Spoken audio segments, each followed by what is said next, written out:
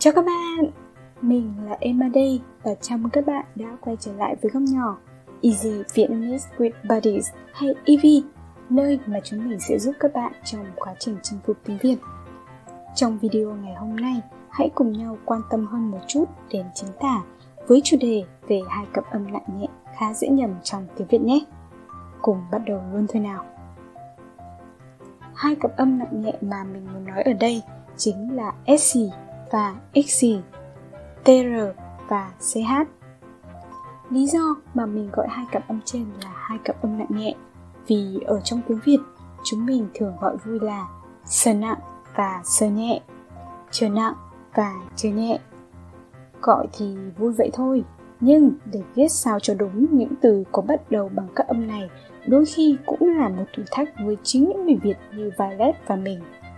Lý do là vì gần như không có bất kỳ quy tắc cụ thể nào cả. Cộng thêm việc ở các tỉnh phía Bắc của Việt Nam, mọi người thường có thói quen phát âm SC giống XC và TR giống CH. Trong khi ở miền Trung và miền Nam thì mọi người phát âm các âm này rõ hơn. Chính vì thế, để chắc chắn, các bạn hãy tra từ điển để biết cách viết đúng của từ nhé. Nghe có vẻ hơi khó nhỉ? Chính vì thế nên hôm nay mình có chuẩn bị một trò chơi nhỏ để các bạn làm quen cũng như học từ đây. Hãy cùng nhau chơi nhé. Đồ chơi đơn giản thôi, hãy chọn đáp án đúng. Các bạn sẵn sàng chưa? Bắt đầu thôi nào. Cùng bắt đầu với một câu hỏi dễ nhé. Xin chào, xin chào, xin chào hay xin chào? Đáp án đúng là xin chào. Rất dễ phải không nào? Mình nghĩ là các bạn đều trả lời được câu hỏi này đúng không? Bọn mình cũng đã đề cập đến xin chào trong video chào hỏi trong tiếng Việt rồi, nên câu hỏi này lại càng dễ hơn phải không? Các bạn đã xem video đó chưa? Nếu chưa thì hãy xem ngay nhé. Câu hỏi tiếp theo sẽ khó hơn một chút. Từ nào được dùng khi kết thúc một bức thư nhỉ? Đó là trân trọng, trân trọng, trân trọng hay trân trọng. Nếu các bạn chọn trân trọng và trân trọng thì các bạn đã chọn sai rồi. Câu trả lời đúng là trân trọng. Trân trọng được dùng để miêu tả sự quý trọng, coi trọng một ai đó hoặc một đồ vật nào đó. Câu hỏi thứ 3 nào. Bạn hãy điền nốt từ còn thiếu vào câu sau nhé. Cô bé đó rất xinh xắn, xinh xắn, xinh xắn hay xinh xắn? Đáp án đúng là xinh xắn. Cô bé đó rất xinh xắn. Từ xinh xắn thường được dùng để khen vẻ đẹp của các bé gái và các cô gái trẻ. Còn nếu bạn muốn khen vẻ đẹp của một người phụ nữ trưởng thành hoặc các bà, các cô thì dùng từ xinh đẹp hay xinh đẹp nhỉ? Xinh đẹp nhé các bạn. Tiếp tục với chủ đề về lời khen. Khi muốn khen một ai đó rất giỏi ở lĩnh vực nào đó thì bạn dùng từ nào trong 4 từ sau đây?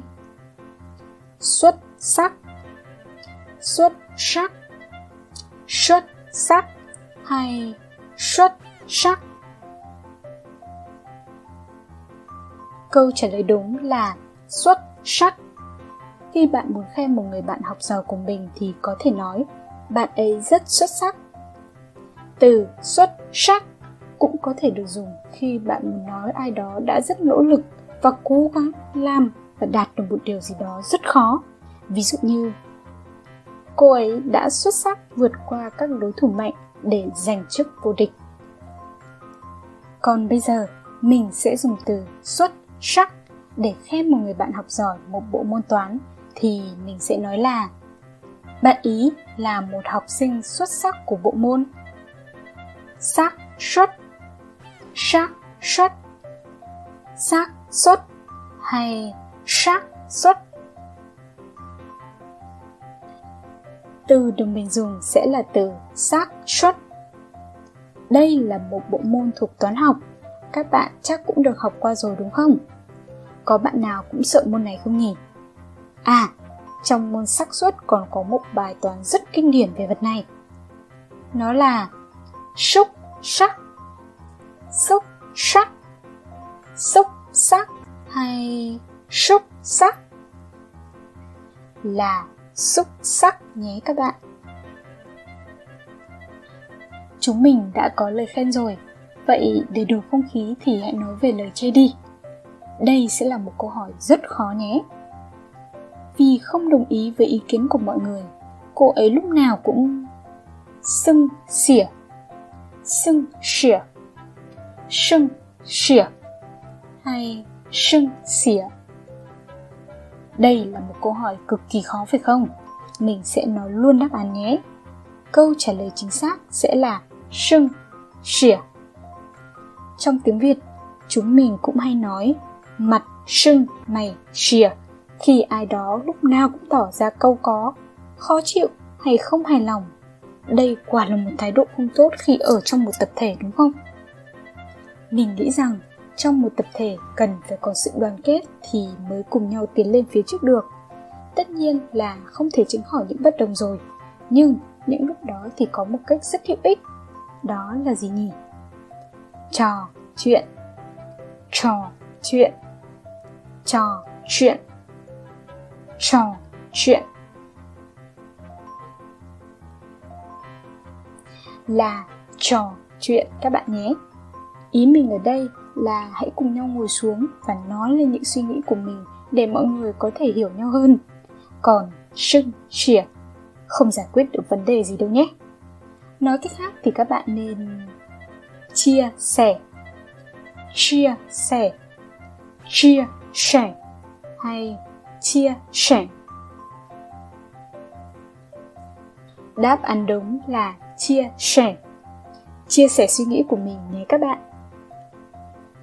Để kết thúc video này, mình có một câu hỏi cho các bạn đây. Các bạn có bao nhiêu câu trả lời? Mình muốn nói gì đây? Các bạn có bao nhiêu câu trả lời chính xác? Tức là mình muốn hỏi các bạn đã trả lời đúng bao nhiêu câu. Hãy cho bọn mình biết số câu trả lời đúng của các bạn nhé. Ok, và đó là tất cả cho video ngày hôm nay. Các bạn đã chơi vui chứ? Nếu các bạn thấy video này hữu ích, đừng quên ấn like, share và subscribe cho kênh của chúng mình nhé. Nếu các bạn có bất kỳ câu hỏi, ý kiến hay góp ý nào, hãy đừng ngần ngại để lại nhận xét phía dưới và chúng mình sẽ đọc và trả lời sớm nhất. Tạm biệt và hẹn gặp lại các bạn trong các video lần sau nhé. Bye!